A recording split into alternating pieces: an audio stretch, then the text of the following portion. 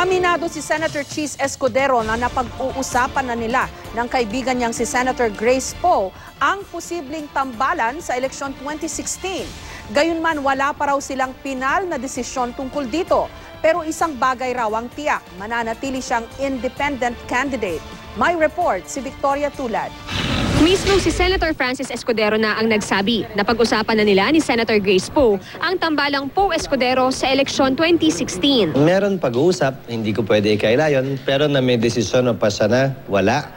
Dahil hindi naman tulad ng ibang nagpaplano, nag-iisip o nag-aambisyon, meron silang pera, meron silang partido, meron silang grupo, kami wala lahat nun.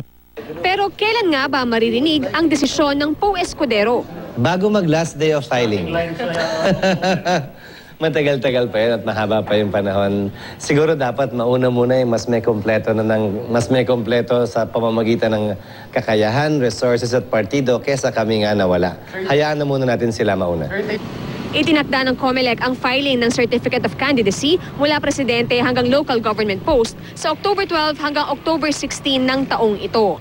Ang tiyak daw ni Escudero sa ngayon, mananatili siyang independent candidate tulad noong 2010. Bago maging independent candidate, galing sa Nationalist People's Coalition ni Danding Cojuangco si Escudero. Pero 2009, nagbitiw si Cheese sa NPC.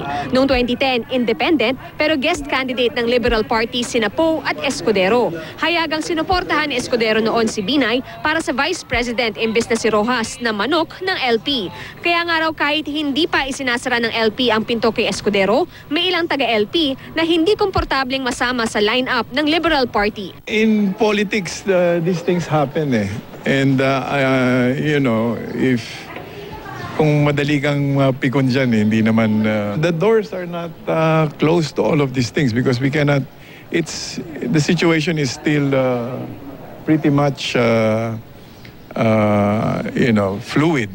So you don't know what's going to happen. Sa isang text message, sinabi naman ni Poe, walang dahilan para hindi ikonsidera ng LP si Escudero bilang posibleng kandidato sa eleksyon. Victoria Tulad, GMA News.